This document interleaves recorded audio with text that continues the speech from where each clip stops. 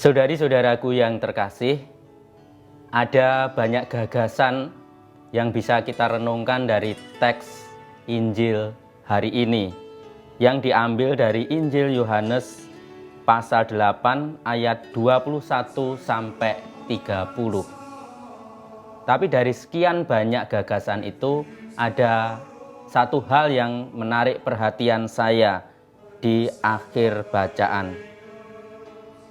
Ia yang telah mengutus aku, ia menyertai aku. Ia tidak membiarkan aku sendiri, sebab aku senantiasa berbuat apa yang berkenan kepadanya. Dari teks ini saya merenungkan bahwa Yesus selalu melakukan kehendak Bapanya. Seluruh hidup Yesus adalah perwujudan kehendak Bapa. Dan karena itu, dalam seluruh hidup Yesus di dunia, ia disertai oleh Bapa. Apa yang terjadi pada Yesus ini sangat penting untuk hidup kita. Kita bisa selalu disertai Bapa, hidup kita selalu bisa dituntun oleh Bapa kalau kita juga melakukan kehendak Bapa dalam hidup kita.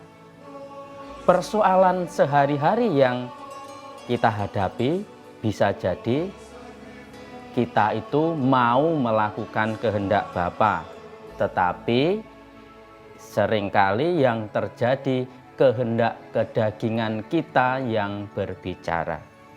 Apa yang dikehendaki Bapa? Yang dikehendaki Bapa untuk setiap orang Kristen atau siapapun yang percaya kepada Tuhan adalah bahwa kita harus senantiasa berbuat baik, mewartakan segala kebaikan. Tetapi kecenderungan manusiawi kita seringkali kita tidak melakukan yang baik, tetapi melakukan yang buruk. Kalau itu yang terjadi, ya kita tidak bisa setia pada kehendak Bapa.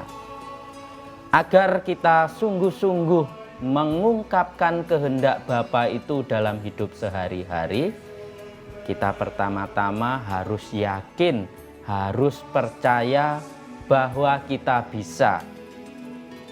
Kita bisa karena Tuhan itu akan menyertai kita, menolong kita, membimbing kita dalam perjuangan melakukan hal-hal yang baik.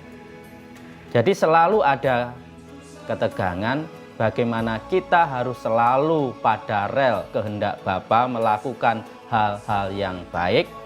Dan ketika kita selalu mengikuti itu, Tuhan akan menyertai kita, akan menolong kita. Maka kita tidak perlu khawatir. Kalau kita percaya pada kehendak Bapa, yaitu segala perbuatan baik yang harus kita kerjakan, Tuhan itu pasti akan menolong kita. Tuhan akan menyertai kita dalam perjuangan itu.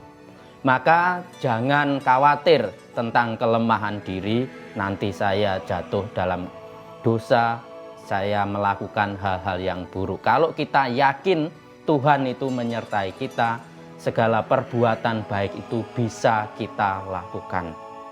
Saudari-saudaraku yang terkasih, mari bersama Yesus yang hari ini kita dengar bagaimana dia yakin diutus oleh Bapa, melakukan kehendak Bapa dan karena itu disertai Bapa.